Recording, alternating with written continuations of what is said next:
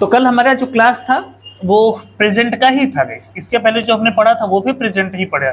दरअसल शुरू से लेकर आज तक जो भी क्लास हमने पढ़ा वो सब प्रेजेंट को लेकर के पढ़ा हुआ है भाई। एक हमने प्रेजेंट में पढ़ लिया है, काम चल रहा है, कंटिन्यूअस। क्या पढ़ लिया गाइस? कंटिन्यूअस, है ना गाइस। और एक हमने अभी पढ़ा हुआ है जिसको हम आप ग्रामर की भाषा में इंडेफिनिट बोलते हो, प्रेजेंट इंडेफिनिट। तो प्रेजेंट इंडेफिनिट में क्या है कि हमने एक दिन डू पढ़ा और कल हमने क्या पढ़ लिया था गाइस? डस पढ़ लिया था, है ना। एक और पढ़ा हमने, काम हो चुका है, परफेक्ट जिसको हम लोग बोलते हैं ना गाइस, परफेक्ट, जिसमें हमने हैज और हैव के बारे में डिस्कशन कर लिया है। तो हैज और हैव के साथ आपको पता है कि एक्शन की थर्ड फॉर्म आती है और कंटिन्यूअस वाले फेज में आपको आईएनजी से मुलाकात करना होता है। डू और डज में दोनों में पूछते वक्त एक्शन की कौन सी फॉर्म लगती है गाइस? फर्स्ट फॉर्म का इस्तेमाल कर रहे होते हैं। तो बस कुछ करना नहीं है। डू का यूज हम लोग करते हैं किसके लिए गाइस? यू के लिए। और जो डज का यूज करते हैं वो किसके लिए करते हैं? हे या शी के लिए कर रहे होते हैं। तो डू यू और आपका यहाँ पे हो जाता है गाइस एक्शन। क्या हो जाएगा गाइस आपका? एक्शन। क्या आप एक्शन करते हो? Do you action. क्या हो जाएगा? जोर से बोलो, डू यू एक्शन। अब एक्शन कुछ भी आप ऐसे उठा सकते हो गाइस। जैसे एक वर्ड आपका होता है गेट एंग्री, नाराज होना, गुस्सा होना। हमसे बातचीत तो पूछो क्या आपको गुस्सा आता है? कैसे बोलोगे आप? Do you get angry. बोलो, फिर से बोल दो। अगर मुझे गुस्सा आता है तो क्या बोल देंगे? Yes I get angry. बोल दो आप, फिर से बोल दो आप। और अगर नहीं आता है तो फिर से बोल दो आप। एक वर्ड आपका होता है सजेस्ट करना किसी को। बातचीत में क्या आप सजेस्ट करते हो? कैसे बोलोगे आप? Do you. फिर से बोलो आप, फिर से बोल दो आप। अगर मैं करता हूं तो आई सजेस्ट। बोल दो आप। नहीं करता हूं, फिर से बोल दो आप। क्या आप डांस करते हो? Do you dance. बोल दो आप, फिर से बोलो। मैं करता हूं, क्या बोलेंगे? नहीं करता हूं, फिर से बोल दो आप। क्या आप फाइट करते हो? Do you fight. फिर से बोलो आप। सारे बोल दो। करता हूं, फिर से बोलो। नहीं करता हूं, फिर से बोल दो आप। बस वही सेम क्वेश्चन आपको कंफर्म करना है किसके? ही से, कि क्या वो करता है? Does he fight. क्या बोलोगे आप? सारे बोल दो आप। Does he fight. क्या वो फाइट करता है? अगर वो करता है तो बस आपको यस या यस लगा के जवाब दे देना है। फाइट में एस लगाओगे क्या बनेगा? फाइट्स। क्या बनेगा? कौन करता है? जवाब क्या हो जाएगा? फाइट्स। बोलो आप, बोल दो। और अगर नहीं करता तो डज के साथ तो डजन हो जाएगा, फिर एस हटा देना उसमें से। क्यों हटाना? क्योंकि ऑलरेडी इसमें आ चुका है ना गाइस। तो वो नहीं करता, ही डजंट फाइट। क्या बोलोगे आप? फिर से बोल दो आप। एक होता है सहमत होना, इंग्लिश में बोलते हैं एग्री। क्या बोलते हैं? बोल दो। अच्छा हमसे पूछो आप एग्री करते हो? जो एग्री बोलो, बोल दो। मैं करता हूँ, आई एग्री बोलो। नहीं करता हूँ, फिर से बोल दो आप। क्या वो करता है? डज ही एग्री बोलो। एस लगा के जवाब दो। ही एग्रीज बोलो, बोल दो। नहीं करता है, ही डजंट एग्री बोलो। अच्छा अगर एग्री में आईएनजी लगाओगे तो क्या बनेगा? एग्री बोलो। मैं एग्री हो रहा हूँ, कैसे बोलोगे आप? आई एम एग्रीइंग बोलो, जोर से बोलो। तुम हो रहे हो तो, अगर ही है तो ही इज एग्रीइंग, सी है तो शी इज एग्रीइंग। आज हम लोग थोड़ा सा हालचाल को आगे बढ़ा लेंगे, क्योंकि ऐसा नहीं है कि हालचाल में हम केवल सामने वाले से ही बात करें या उसी की तबीयत के बारे में बातचीत करें। उसके अलावा इंसान के लाइफ में बहुत सारी चीज़ें इन्वॉल्व होती हैं, बहुत सारी चीज़ें कनेक्ट करती हैं, जिसके बारे में भी जानकारी लेना या हालचाल लेना हमारे लिए थोड़ा सा ज़रूरी बन जाता है। तो खैर hi hello how are you तो हमारा होता ही होता है। इसके साथ साथ हम सामने वाले से पूछते हैं उसके लाइफ के बारे में। हाउ इज को अगर मैं शॉर्ट में हाउस कह दूं तो किसी को कोई दिक्कत? और इसको एग्जैक्टली पढ़ा जाएगा हाउस। ज होगा इसमें, हाउस। क्या हो जाएगा? हाउस मत बोलना, हाउस। क्या हो जाएगा इस? हाउस। ऐसे में योर, और यहाँ पे हमने लिखा लाइफ। और सर लाइफ कैसी चल रही है? कैसे बोलोगे आप? House your life. बोल दो, फिर से बोल दो। House your life. लाइफ की जगह पे और भी चीजें आ सकती हैं। मान के चलिए बच्चा अगर पढ़ने वाला है, और बेटा पढ़ाई कैसी चल रही है? कैसे बोलोगे आप? House your study. बोल दो आप। पेपर कैसा चल रहा है? फिर से बोलो। और दिन कैसा रहा? फिर से बोल दो आप। तबीयत कैसी है भाई? House your health. बोल दो आप। बिजनेस कैसा चल रहा है? House your business. फिर से बोल दो आप। और फैमिली कैसी है? हाउ इज योर फैमिली, फिर से बोल दो, how is your, either of the thing is to be confirmed, आप ऐसे कंफर्म कर सकते हैं, how is your life, study, paper, day, health, business, family. इसके अलावा और भी ऐसी चीजें जो भी आपको कंफर्म करना होगा आप कंफर्म कर लोगे। समझ में आ गया ना। तो जब भी आप पूछते हो, कल मैंने आपको बताया था कि कुछ क्वेश्चंस के जो आंसर होते हैं वो बड़े जेन्युइन होते हैं, बड़े कस्टमरी टाइप के होते हैं। जैसे मैंने आपसे पूछा, और सर क्या हाल चाल है, आपने कहा सर ठीक है। बाद में भले आप बताएं कि ये दिक्कत है, ये समस्या है, ये प्रॉब्लम है ना, लेकिन सबसे पहले आपकी जुबान से यही निकलता है मैं ठीक हूँ, है ना। इसी तरीके से कभी कभी ऐसे क्वेश्चन के भी जवाब ऐसे ही होते हैं, और सर क्या हाल चाल चल रहा है, सामने वाले का सब बढ़िया चल रहा है, ठीक ठाक चल रहा है ना। बढ़िया या ठीक ठाक जिसको हम लोग बोलते हैं गाइस, एक वर्ड होता है, आप बहुत ज्यादा इसको बोलते हैं फैंटास्टिक। क्या बोलते हैं गाइस, फिर से बोल रहा फैंटास्टिक, और इसमें एक हम वर्ड जोड़ेंगे इट इज, और ये आपका हो जाएगा इट्स फैंटास्टिक। क्या हो जाएगा, फिर से बोल रहा इट्स फैंटास्टिक। तो जैसे मैं आया और मैंने आपसे पूछा एंड गाइस कैसी प्रैक्टिस चल रही है, हाउ इज योर प्रैक्टिस, क्या जवाब दिया आपने, इट्स फैंटास्टिक। फिर से बोल रहा इट्स फैंटास्टिक। लेकिन फैंटास्टिक बोलते बोलते आप फेड अप ना हो जाओ, ऊब ना जाओ, इसके बाद हमारे पास कई अल्टरनेट ऑप्शंस होते हैं। जैसे फैंटास्टिक का एक भाई होता है फैबुलस। क्या होता है गाइस, फैबुलस होता है। इसको एग्जैक्टली अपन पढ़ेंगे फैबुलस। इसको पूरा फैबुलस मत बोलना, छोटा वो लगा लेना लेकिन बोलना मत फैबुलस। तो इट्स फैबुलस, क्या बोलोगे आप, एक बार फिर से बोल दो, इट्स फैबुलस। और इन दोनों का एक भाई होता है फैंटाबुलस। क्या होता है गाइस, फैंटाबुलस होता है। एक आपका होता है मार्वलस। क्या होता है गाइस, मार्वलस होता है, इसको एग्जैक्टली बोलते हैं मार्वलस। एक आपका होता है जिसको हम बोलते हैं सुपर्ब, इसमें लास्ट में बी होता है, आर साइलेंट होता है, एग्जैक्टली हम इसे क्या बोलेंगे गाइस, सुपर्ब। इट्स सुपर्ब बोल दो आप, एक बार फिर से बोल दो आप, इट्स सुपर्ब। एक आपका होता है जिसको हम बोलते हैं माइंड ब्लोइंग। क्या बोलते हैं गाइस, इट्स माइंड ब्लोइंग। क्या बोलोगे आप, एक हम लोग बोलते हैं ऑसम, बहुत ये वर्ड बोला जाता है, इट्स ऑसम। क्या बोलोगे आप, ऐसे तो बाकी दुनियादारी बहुत सब बोलने के लिए है, ये आपको कॉम्प्लीमेंट देने का अपना एक तरीका होता है। तो जब भी आपसे पूछा जाए ये सब इन वर्ड का यूज करना है, लेकिन जरूरी नहीं होता है कि इन वर्ड का यूज आप केवल इस टाइप के क्वेश्चन के लिए किया जाता है ना। आजकल आईपीएल आ रहा है, आपने देखा होगा कि कभी कभी ठीक ठाक लोग प्रदर्शन दे रहे होते हैं। जैसे कल निकोलस पूरन ने ठीक ठाक पारी खेले, 80 रन मेरे ख्याल से मारा, 880 है ना। तो अब उसने अच्छा परफॉर्मेंस किया है। जो कमेंटेटर होते हैं अक्सर करके बोलते हैं wow what a super performance, what a, अब देखिए सुपर वर्ड यहाँ पे आ गया ना guys, what a super performance. अब भाई निकोलस पूरन ने ठीक ठाक खेला है, तो इसलिए वहां पे ये वर्ड दे दिया गया है। तो जब भी कोई अच्छी चीजों के बारे में डिस्क्राइब करोगे आप, ये वर्ड दे करके आप उसे कॉम्प्लीमेंट दे सकते हो। एक तो ये होता है। एक हो रहा होता है, जैसे कभी कभी ऐसा होता है कि कुछ क्वेश्चंस इंडिविजुअल पूछे जाते हैं, जैसे ध्यान देंगे, जैसे एक होता है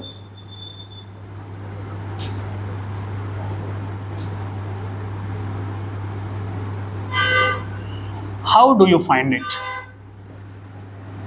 अब इसका कई हिंदी मतलब हो जाएगा कैसा है, या कैसा लग रहा है। समझ में आ गया ना, कैसा लगा। इसमें टेंस में मत भागे जाना,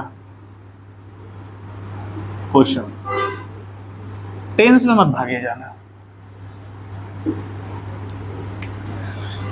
इसमें हमें सेंस बस समझना है किसी भी चीज के बारे में। एक और होता है how did you find it, लगे हाथ पहले अंतर समझोगे तभी समझ में आएगा।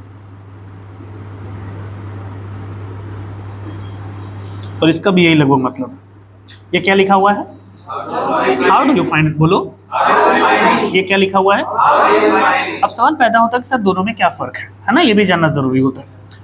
हाउ डू यू फाइंड, कुछ एग्जाम्पल पहले देखो। जैसे मैंने यहाँ पे लिखा ताज, मान के चलिए आप आगरा गए और मैंने आपसे पूछा और भाई ताज कैसा है, कैसे बोलेंगे guys, how do you find Taj बोल दो, आवाज ही नहीं आ रही, how do you find Taj, है ना। इसी तरीके से पता चला कि स्टैचू ऑफ लिबर्टी की मैं बात कर लूं और भाई आपको स्टैचू ऑफ लिबर्टी कैसी लगी, कैसे बोलोगे आप? फिर से बोलो आप, how do you find statue of liberty. इसी तरीके से स्टैचू ऑफ यूनिटी है ना, इस बनी हुई है स्टैचू ऑफ यूनिटी। अब यहाँ पे एग्जांपल दिया, मैंने पूछा सर डिनर कैसा लगा, कैसे बोलोगे आप? How did you find it. आवाज नहीं आ रही, फिर से बोल दो आप, हाउ डिड। और भाई जर्नी कैसी रही, कैसे बोलोगे आप? फिर से बोल दो आप, आवाज नहीं आ रही है, क्या कर रहे हो बेटा? हाउ डिड यू फाइंड, बोलो, फिर से बोल दो, how did you find journey. ऐसे कई चीजें। और भाई टी शर्ट कैसा लगा, कैसे बोलोगे आप? अब इसी एग्जांपल में आप समझना, मैंने ये 3 जो एग्जांपल दिए हैं गाइस, ये एक ऐतिहासिक चीज है अपने आप में, है ना। या यूं समझ लीजिए कि ऐसी चीजें जिनके बारे में हमें कंफर्म करना हो या पूछना हो, जो चीजें अपने आप में अचल टाइप की होती है, समझ में आ गया ना, वहां पे हमें ये सेंटेंस यूज करते हैं, how do you find it, कैसा लगा, है ना। ताजमहल पहले से अचल होता चला आ रहा है और आज तक, लेकिन ये क्या है कि ये खत्म होने वाली चीज है। खाना खा के आप खत्म कर दोगे, जर्नी कंप्लीट करके आप हट जाओगे, टी शर्ट आप पहन लोगे वो भी फिनिश हो जाएगा, है ना। तो जो चीजें अपने आप में चल टाइप की होती हैं, समझ में आ गया ना, जो अस्थिर नहीं होती हैं, सॉरी अस्थिर होती हैं, वैसे क्वेश्चन ऐसी चीजों के बारे में कंफर्म करने के लिए हम बोलेंगे how did you find it. जैसे आप अमेरिकन इंस्टीट्यूट में एडमिशन लिए और घर गए और घर पे जाते ही सामने वाले ने पूछा और भाई एल कैसा लगा, कैसे बोलोगे आप? तो how did you find L बोल दो आप, तो how did you find L, ये कंडीशन आपका हो रहा होता है। और इनका जो जवाब होगा इन्हीं में से जवाब होगा। जैसे किसी ने पूछा एल कैसा लगा, आपने कहा भैया मार्वलस है, तो आंसर में हम बोल सकते हैं इट्स मार्वलस। क्या बोलोगे आप? आवाज ही नहीं आ रही, फिर से बोल दो आप। या हमें माइंड ब्लोइंग लगा तो हम क्या बोल देंगे आप? फिर से बोल दो आप, इट्स माइंड ब्लोइंग, ऐसे इस्तेमाल कर लेंगे। या इसका भी वही कंडीशन हो सकता है। राइट नाउ देखो फटाक से इसको आगे बढ़ा जाए। खुशियां ठीक ठाक रहती हैं। जैसे किसी ने पूछा और भाई लाइफ कैसी चल रही है, आपने कहा मस्त चल रही है सर, पापा की भी सरकारी नौकरी है, मम्मी भी सरकारी नौकरी में काम करती है, भैया का भी जल्दी लगा है, मैं नहीं भी काम करूंगा तो काम चल जाएगा मेरा, है ना। बस हर जगह से पैसा आ ही रहा है कि नहीं, मतलब सब कुछ बढ़िया चल रहा है, बहुत मस्त चल रहा है। तो वहां पे हम ऐसे बोलते हैं इट्स गोइंग ग्रेट गन्स। क्या बोलते हैं गाइस हम लोग? जोर से बोलो, आवाज नहीं आ रही है।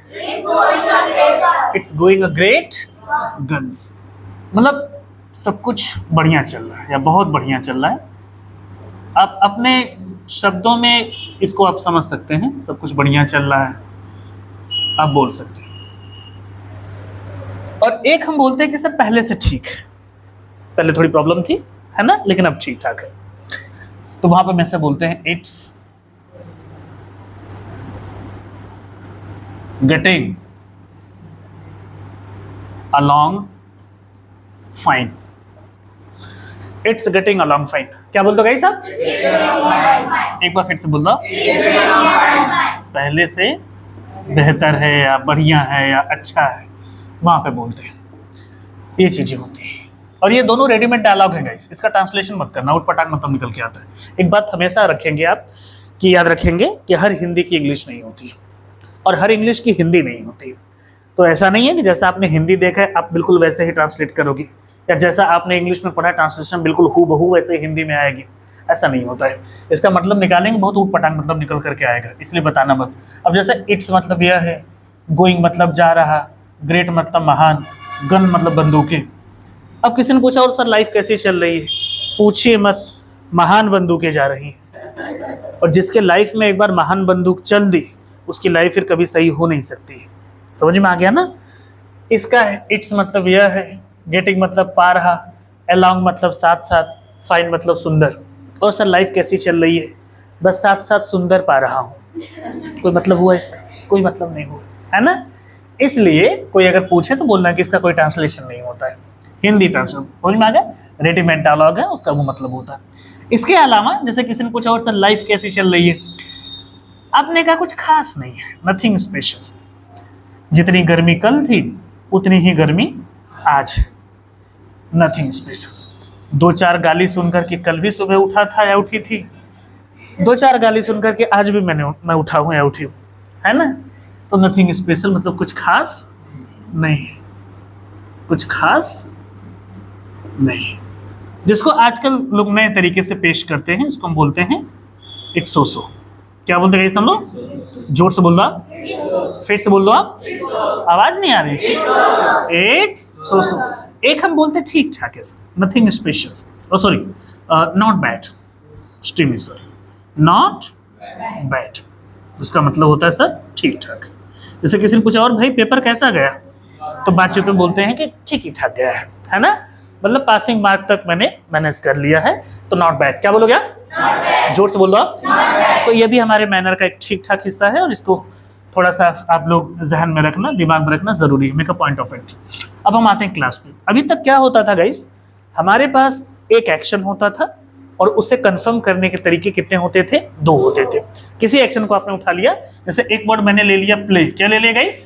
तो प्ले का इस्तेमाल आप डू के साथ भी कर सकते हो और प्ले का इस्तेमाल आप डच के साथ। तो एक्शन तो एक ही है, कंफर्म करने का तरीका कितना है गाइस? दो। और आंसर देने का तरीका चार होता था भाई, पॉजिटिव और नेगेटिव इसका एक आंसर, और पॉजिटिव नेगेटिव इसका आंसर, तो 1 2 3 4।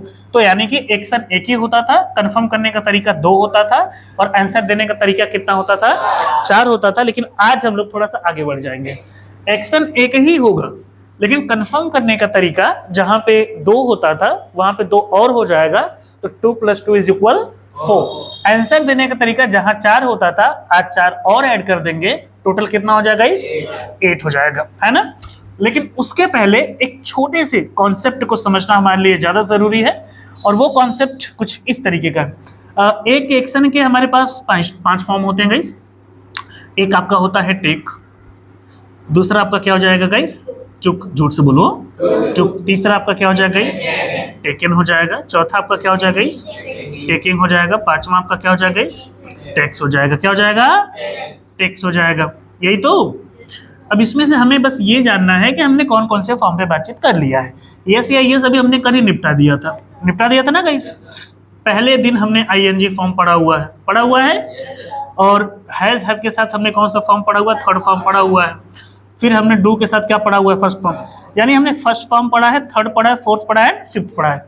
क्या हमसे रह गया था गाइस?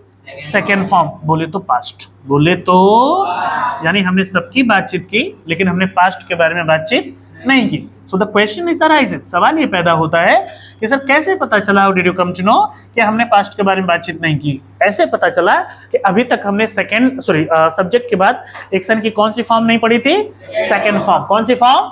Second form. तो आज हम बातचीत करेंगे इस पास्ट के बारे में। किसके बारे में? तो सवाल पैदा होता है पास्ट किसे कहते हैं? पास्ट किसे कहते हैं गाइस? है कोई माँ का लाल पीला काला जो बता सकता है पास्ट किसे कहते हैं? जो बीत गया हो। क्या बीत गया हो? कितना बीत गया हो? खैर अप्रोच ठीक ठाक है आपका, बट लेट मी क्लियर। हमें बहुत ज्यादा सोचने की जरूरत नहीं है। एक तो हमारे पास बहुत रटा रटाया सेंटेंस है, बीते हुए कल को पास्ट कहते हैं या बीते हुए समय को पास्ट कहते हैं, बोलते हैं ना गाइस। हमारे पास एक एक्यूरेट आंकड़ा होना चाहिए कि कितना बीते हुए समय को। मैंने अक्सर सब सारे बच्चों को बताया कि जिस काम को कंप्लीट हुए 30 मिनट हो चुका है, कितना? आधा घंटा, चाहे वो काम आज ही का क्यों ना, है ना, से लेके 2 4 6 दिन की बात हो, ये सारा का सारा काम किस में आ जाएगा? पास्ट में। किस में आ जाएगा? किस में आ जाएगा? पास्ट में आ जाएगा गाइस, है ना। तो इसके लिए आपको ये जानने की जरूरत नहीं कि कल या परसों, ऐसा कुछ नहीं होता है। आधे घंटे पहले जो भी काम, मॉर्निंग में जितना भी काम आपने कंप्लीट किया है, सारा का सारा काम किस में आ गया है? पास्ट में आ गया। तो आज मुद्दा हमारा यही रहेगा। पहले फट से नोट करो जितना जल्दी हो सके, क्विक, जल्दी जल्दी जल्दी।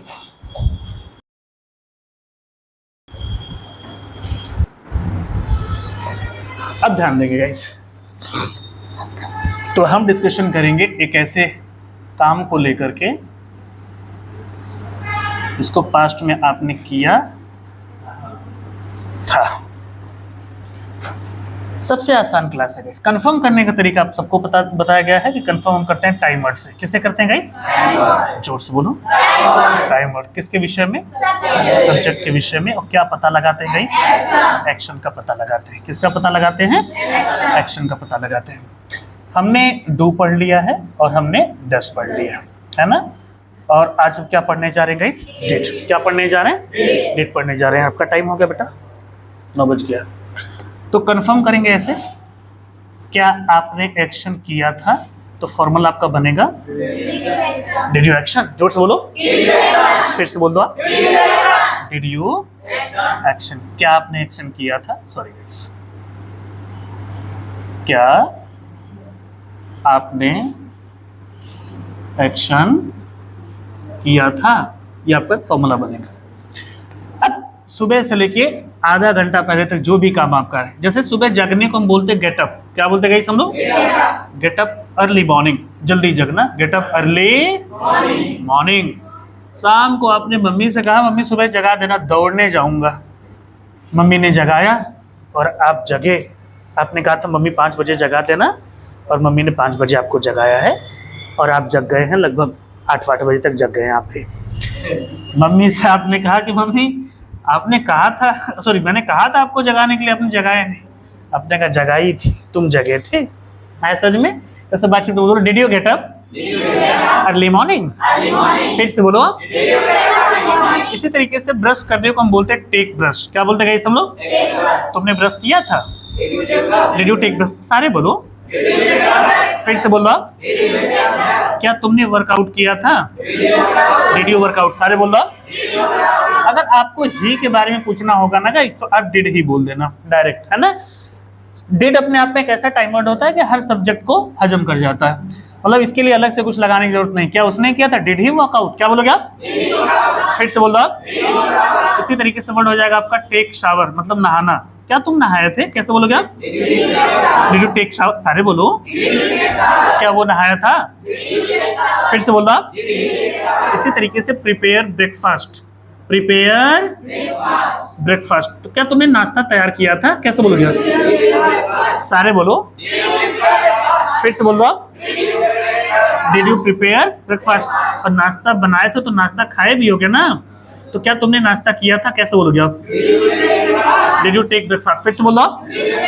अच्छा, आने को हम बोलते हैं कम। क्या बोलते हैं गाइस? और बीते हुए कल को क्या बोलते हैं हम लोग? तो क्या तुम कल आए थे, कैसे बोलोगे आप? डिड यू कम। सारे बोलो। क्या वो कल आया था? इसी तरीके से अटेंड क्लास। क्या तुमने क्लास अटेंड किया था? क्या उसने अटेंड किया था? फिर से बोल दो आप। एक होता है सबमिट होमवर्क। क्या तुमने होमवर्क जमा किया था? सारे बोल दो आप। क्या उसने किया था?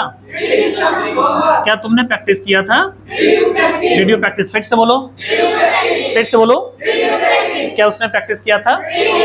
तो डिड ही प्रैक्टिस, ऐसे इस्तेमाल करते गए। तो जब आप इसका जवाब दोगे तो हमें कुछ ज्यादा सोचना नहीं है गाइस। जिसके बारे में हम कंफर्म करते हैं जवाब उसी के बारे में होता है। कंफर्म किसके बारे में किया था? सब्जेक्ट। तो जवाब भी इसी के बारे में दिया जाएगा, सब्जेक्ट। और यहाँ पे आपको लिखना है एक्शन। क्या लिखना है गाइस? बस एक्शन की हमें सेकंड फॉर्म लगानी है। कौन सी फॉर्म लगानी है गाइस? सेकंड फॉर्म लगानी है। जो आई के साथ होगा वही यू के साथ होगा, और वही ही एंड।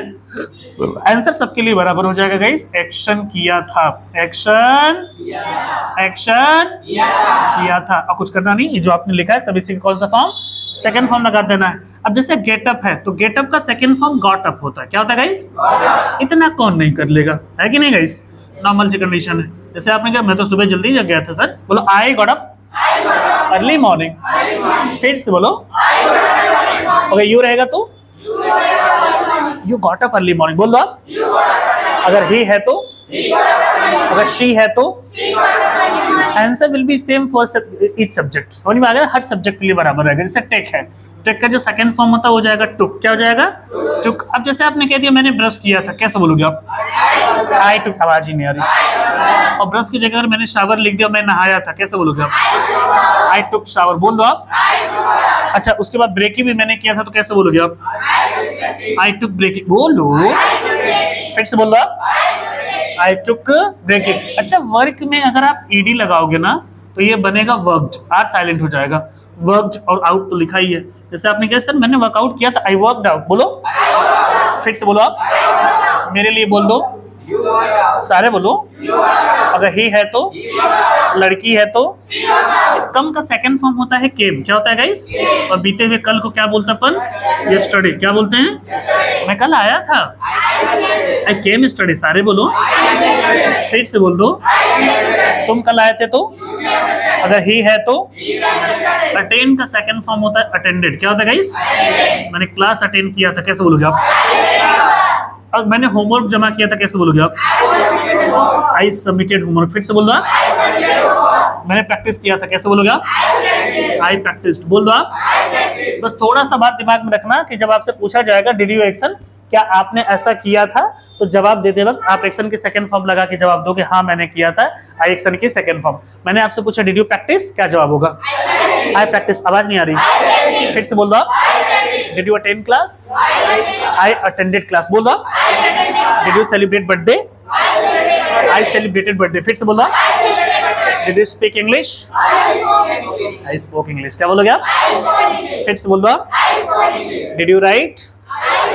I wrote. क्या बोलोगे आप? फिर से बोलो, जोर से बोलो, सारे बोलो, मिल के बोलो, आई रोट। फटाक से लिखो, जल्दी जल्दी रहे।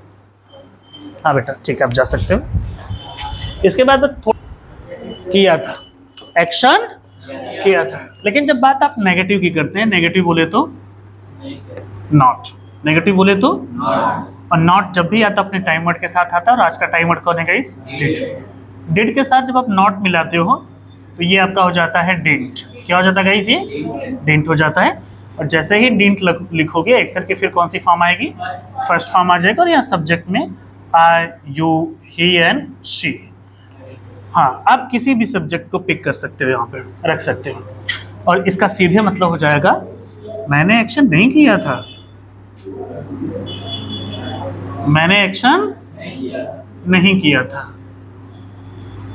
जैसे हमारे घर पे छोटू है, उसने दोस्तों को कहा कि इस बार बर्थडे पार्टी तेरा भाई देगा। बर्थडे का दिन आया, दोस्तों ने याद दिलाया, तुमने कहा था पार्टी देने के लिए। तो ये हुआ कि चलो भाई कहाँ चलना है? तो दोस्त सब इसको लेकर के चले गए, बोले कि चलो तुमको जन्नत दिखाते हैं। तो इसको लगा कि शायद ये जन्नत मूवी की बात कर रहे हैं। एक मूवी आई थी जन्नत बहुत पहले, है ना? अब इसको सब लेकर के बार में चले गए। अब ये बेचारा बार में, अब ये बेचारा सीधा साधा लड़का है, समझ में? सीधा साधा को इंग्लिश में अपन बोलते हैं लीनियंट। क्या बोलते हैं गाइस हम लोग? लीनियंट। जोर से बोलो। लीनियंट बोलते हैं, जिसको हम लोग बातचीत में बोलते हैं सीधा साधा, है ना? अब ये बेचारा गया वहां पे और सब जाकर के पार्टी में एंजॉय मौज मस्ती कर रहे हैं। ये कोने में चुपचाप खड़ा है। एक दोस्त भागे आया, उसने कहा ये कौन सी बात है भाई, तुम पार्टी दे, तुम्हें पार्टी में शरीक नहीं हो। उसने कहा देखो आज मेरा बर्थडे है और पापा घर ही पे हैं, और कुछ छूट पटांग अगर हुआ तो आज बर्थडे बॉय की हड्डी टूट जाएगी। आए समझ में? अब जानते हैं आप लोग भाई, पापा लोग बात कम करते पीटते ज़्यादा है ना? ये चीज़ें होती हैं। तो देखो मतलब मुझे बलि का बकरा मत बनाओ, तो बलि का बकरा बनाना स्केपगोट। तो ऐसे बातचीत में बोलते हैं ना, don't make me, don't make me. बोलो डोंट मेक मी। आवाज ही नहीं आ रही। स्केपगोट। फिर से बोल दो आप। डोंट मेक मी स्केपगोट, मतलब बलि का बकरा ना बनाओ। ये तो बलि का बकरा बनाना मतलब किसी को फंसाना, है ना गाइस? ऐसे लेकिन अब होता ना, सब दोस्त यार सब लगते हैं सब जबरदस्ती करने। उसने कहा यही दोस्ती, यही प्यार, कहते हो दोस्ती में जान दे देंगे। है समझ में? प्लीज दोस्ती के लिए कश, कश मारना इंग्लिश में हम बोलते हैं हैव अ पफ। एक शब्द होता है हैव अ पफ। कश मारना समझते हैं आप लोग? अरे वही सब सिगरेट, धुआं, यही सब सारी चीजें होती हैं। सिगरेट पीना वगैरह, सिगार सिगरेट हो गया, या वो क्या बोलते हैं, हुक्का बोलते हैं, हबल बबल, तो उसको भी हम लोग बोलते हैं। तो यही बोलते हैं हैव अ पफ। तो उसने कहा प्लीज यार दोस्ती के लिए, ऐसे बातचीत में बोलते हैं कि प्लीज हैव अ पफ। बोलो guys please have a puff. जोर से बोलो आप। For friendship sake. तो for friendship sake, for sake का मतलब होता है के वास्ते। फ्रेंडशिप सेक मतलब दोस्ती के वास्ते, फॉर फ्रेंडशिप सेक, दोस्ती के लिए। जैसे नहीं होता कभी कभी मम्मी बोलते हैं यार प्लीज भगवान के लिए चुप हो जाओ, तो ऐसे बोलते हैं ना प्लीज कीप साइलेंट। बोलो गाइस प्लीज, आवाज नहीं आ रही, keep silent for God sake, for God sake, ऐसे इस्तेमाल करते हैं, होता ना गाइस ऐसे। अब वो सब इतना सब दबाव बनाने लगे कि अब बेचारा छोटू स्मोक कर लिया। से बातचीत में बोलते ना छोटू स्मोक, कंपनी का फर्क पड़ जाता है ना गाइस। तो छोटू स्मोक्ड, बोलो गाइस छोटू, आवाज नहीं आ रही, स्मोक्ड। कंपनी मतलब संगत का असर पड़ना, उसको इंग्लिश में हम बोलते हैं कंपनी डज इफेक्ट।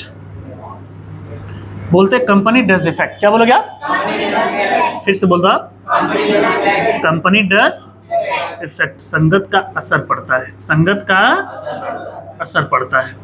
और एक हम बोलते हैं संगत का बुरा असर पड़ता है, जिसको हम बोलते हैं कंपनी। बोलोगे इस company does defect, company does, ये हो जाएगा संगत का बुरा असर पड़ता है, संगत का बुरा असर पड़ता है। अब छोटू जो है कि स्मोक कर लिया।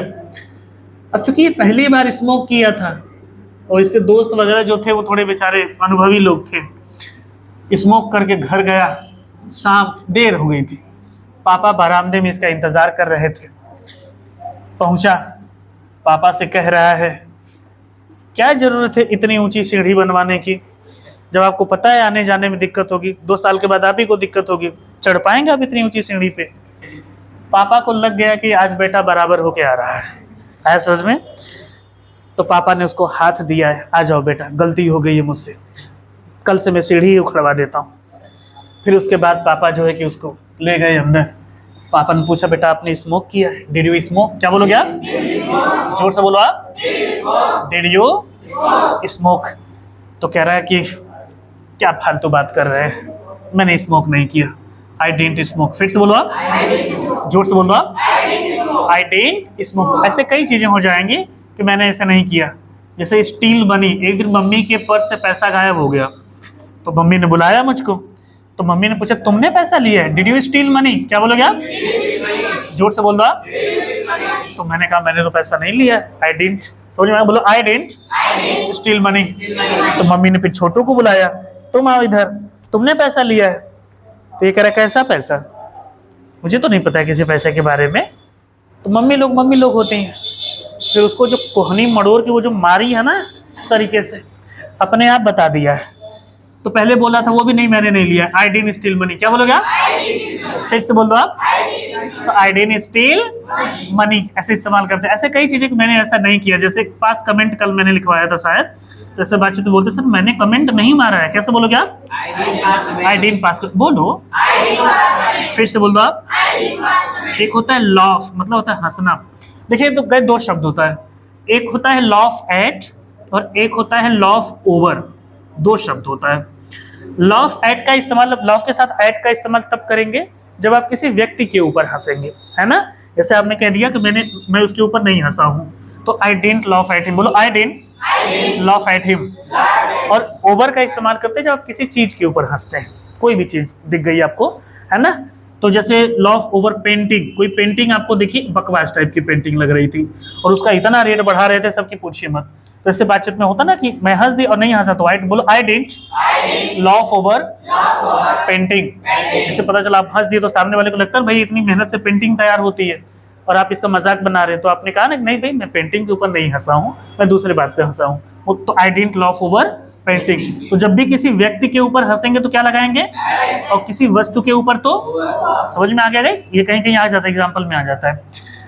तो पता चला कि अब पापा पूछ रहे हैं, बता ही नहीं रहा है। कह रहा पापा आपको कोई गलत फहमी हो गई, मैंने स्मोक नहीं किया है, आपको कोई गलत फहमी हो गई। ऐसे बातचीत में बोलते हैं यू आर, बोलो यू आर मिस्टेकन। आवाज नहीं आ रही, जोर से बोलो गाइस, यू आर मिस्टेकन। ऐसे बातचीत में बोलते हैं आपको कोई गलत फहमी हुई। जैसे मान के चलिए कि आप किसी के ऊपर ऐसे हंस दिया, कहीं हंस किसी और पे रहे थे, उसको लगा कि आप उसी के ऊपर हंस रहे हैं, तो होता ना कभी कभी मुद्दा आ जाता है कि भाई आप मेरे ऊपर क्यों मुस्कुराए हैं। मुस्कुराए से याद आया, इसमें मुस्कान नाम कौन है? मुस्कान चली गई है? अच्छा अच्छा, खैर। तो ऐसे बातचीत में तो वहां पे हम अक्सर बोलते हैं कि भाई यू आर मिस्टेकन। क्या बोलोगे आप? फिर से बोल दो आप। तो जब भी आपको लगे कि सामने वाले को गलत फहमी हुई है तो वहां पे हम बोलते हैं यू आर मिस्टेकन। ये चीजें होती हैं गाइस। तो जब आपको कंफर्म करना हो कि आपने ऐसा किया था, डिड यू एक्शन, अगर मैंने किया था तो आई एक्शन की सेकेंड फॉर्म, और अगर नहीं किया था तो आई डिडंट एक्शन।